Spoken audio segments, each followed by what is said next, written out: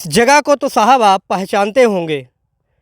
ये जगह वही है जहां पुलिस कर्मचारी एसडीआरएफ की टीम लगातार कई घंटे तक इस कुएं में दो दलित दंपत्ति की लाश जो है ढूंढने में लगी हुई थी। ये वही जगह है और आज वही तारीख है जिस दिन दलित दंपत्ति सुबह खेत की भराई करने के लिए आते हैं और यहीं से गायब हो जाते हैं। जिसके बाद रात भर खोजबीन चलती है और पता चलता है कि वो लोग गायब हैं और मिल नहीं रहे हैं। जिसके बाद बेटियां जो है यहाँ पहुँचती हैं। यहाँ चप्पे चप्पे पर आप जितना देख सकें, जितना पेड़ पौधे यहाँ पे हैं, जितनी खेत है, ये सारे जो है सभी जगहों पर पुलिस कर्मचारी रात को 1 बजे 2 बजे डेली का डेली जो है खोजबीन करती है। लेकिन दलित दंपत्ति किस्मती देवी और रामचरित्र पति पत्नी दोनों मिलते नहीं हैं। जिसके बाद आरोप लगता है कि ये जो खेत आप देख रहे हैं, इसी खेत में जो नीला वो आपको कपड़ा दिख रहा है, वो पूरे बॉर्डर पे एक विद्युत सप्लाई की गई थी, जिसकी वजह से ये आरोप लगा कि दलित दंपत्ति इसी विद्युत चपेट में आ गए होंगे और उनकी मौत हो गई होगी। इसी को आधार मानकर और तहरीर लेकर पुलिस प्रशासन मुकदमा दर्ज करती है और जिसका खेत है कमलेश सिंह उर्फ कम्मे को गिरफ्तार करती है और उसके बाद कड़ाई से पूछताछ करती है तो पता चलता है कि उनको बोरे में भरकर नहर में फेंक दिया गया है। जब ये बात लोगों को पता चलती है तो लोगों के पैरों तले से ज़मीन खिसक जाती है और ये सोचने पर विवश हो जाते हैं कि एक आदमी इतनी बर्बरता कैसे कर सकता है।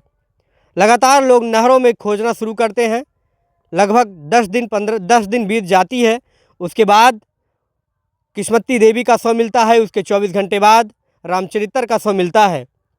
और सबसे बड़ा चौंकाने वाली बात तब हो जाती है जब किस्मती देवी का पोस्टमार्टम होता है और पता चलता है कि उनका गला घोंटकर हत्या कर दिया गया। उसके बाद जैसे ही दूसरे दिन उनके पति की पोस्टमार्टम होती है, उसमें भी पता चलता है कि उनका जबड़ा तोड़ दिया गया और उनका भी गला घोंटकर हत्या किया गया।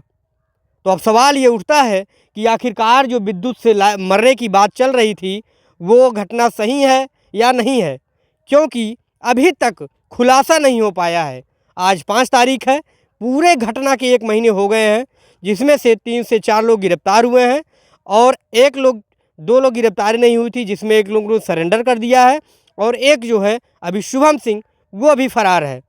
बता दें कि घटना के बाद से लगातार जो उनकी लड़कियां हैं, 6 बेटियां हैं, लगातार ये मांग कर रही हैं पुलिस प्रशासन से कि खुलासा किया जाए, लेकिन अभी तक खुलासा नहीं हुआ है। जिसमें से ये आरोप लगातार लग रहा है कि आखिरकार उनकी मौत कैसे हुई, उनका गला किसने घोंटा, जबड़ा किसने तोड़ा, उसके बाद शव को ठिकाने किसने लगाया, आखिर यहाँ किस तरह का वाद विवाद हुआ जिसके बाद इस घटना को अंजाम दिया गया। आखिरकार इस घटना में क्या कुछ हुआ था, ये सभी लोग अभी जानना चाहते हैं, लेकिन अभी तक पुलिस प्रशासन ये घटना का खुलासा नहीं कर पाई है। आप देख सकते हैं, एक कुआं यहाँ है, दूसरा कुआं वहाँ था, तीसरा 3 से 4 कुआं था। लगातार जब पुलिस जो है शव को नहीं पाती है, लगातार खोजती है, उसके बाद सारी ये घटनाएं सामने आती हैं। ये जो है मंदिर है, मंदिर पर अभी रामचरित्र जी का जो साइकिल रखा है, वो साइकिल आज भी उसी मंदिर पर रखा हुआ है और जो सारे सामान थे, जो क्योंकि रामचरित्र जो है इसी बाज़ार में, सौरैया बाज़ार में टेलर का काम करते थे और अपने बेटियों को पढ़ाने लिखाने का काम करते थे और बड़े ही शालीनता से वो रहते थे। और सभी गांव के लोगों का कहना है कि जिस तरीके से वो रहते थे, किसी से उनकी कोई दुश्मनी नहीं थी। आखिरकार ये घटना कैसे घट जाती है? आज भी लोगों की जहन में ये सवाल उठ रहा है कि आखिरकार घटना को अंजाम किस लिए दिया गया, क्यों दिया गया। वहीं बीच में बेटियों का एक बयान आता है कि जो है कुछ साल पहले जो है इस खेत को जो खेत की भराई वो कर रहे थे, उस खेत को जो सिंटू सिंह की खेत थी, उसको छोड़ करके इस खेत को जो है बोने और जोतने की बात चल रही थी, जिस पर विवाद हुआ था कि यदि आप मेरा खेत नहीं बोते हैं तो आपको जो है मैं आपका हत्या कर दूंगा। ये आरोप बेटियों की तरफ से लगाया गया था। तो पुलिस अभी खुलासा नहीं कर पाई है कि आखिरकार जो वो उस दिन ये बातचीत हुई थी, क्या उस कारण से ये घटना में ये हत्या हुआ या फिर कोई और बात थी। तमाम सवाल लोगों के जहन में आज भी है। बता दें कि इस मामले में 2-2 क्षेत्राधिकारी नियुक्त होते हैं, लेकिन अभी तक एक आरोपी पकड़ा नहीं जाता है।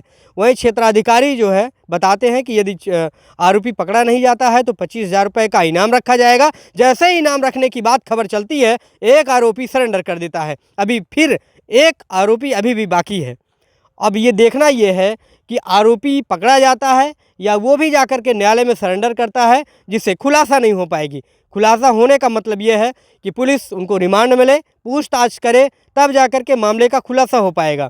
आखिरकार घटना क्यों हुआ, क्या कुछ इस मामले में खुलासा होता है, क्या कुछ कार्रवाई आगे होती है, हम आपको पल पल की अपडेट देते रहेंगे। आप देख रहे थे न्यूज़ अब तक, आपके साथ धन्यवाद। अभी तक घटना खुलासा नहीं हुआ है और क्षेत्राधिकारी जी बोल रहे थे कि जो है अभी जो है एक अभी फरार है और यशवंत सिंह जो सरेंडर हुआ है। अभी जो फरार है उसको कब गिरफ्तार करेंगे और जो है अभी तक खुलासा नहीं हो पाया है। कम से कम घटना तक खुलासा तो होना चाहिए। और जो है यशवंत सिंह और सुनील सिंह जो सफाई कर्मचारी हैं अभी तक वो निलंबित नहीं हुए हैं, सस्पेंड नहीं हुए। बताइए कब तक वो लोग सस्पेंड क्यों नहीं हुए? अभी तक तो इतनी बड़ी घटना कर दिए हैं, अभी तक सस्पेंड क्यों नहीं हुए हैं? उनको सस्पेंड करना चाहिए। वही बोल रहे थे कि मतलब जब वो अब 1-2 दिन में अगर नहीं पकड़े जाते हैं तो उनका भी इनाम मतलब घोषित किया जाएगा। हाँ, वो सरेंडर कर दिए हैं, लेकिन अभी एक लोग नहीं मिले हैं ना, तो उनके लिए भी ये कह रहे हैं कि लगाएंगे, अगर नहीं मिलेंगे तो 25-25 हज़ार रुपये। अच्छा, क्या दोनों सीओ साहब से बात हुई? हाँ, दोनों सीओ साहब से बात हुई थी। क्या बोले थे? वही बोल रहे थे कि जैसे कि एक लोग सिलेंडर कर दिए हैं, बच्चे तुम लोग मतलब परेशान मत हो, वो भी सिलेंडर कर देंगे, नहीं तो इनाम लगाया जाएगा, उन लोगों को पकड़वाएंगे।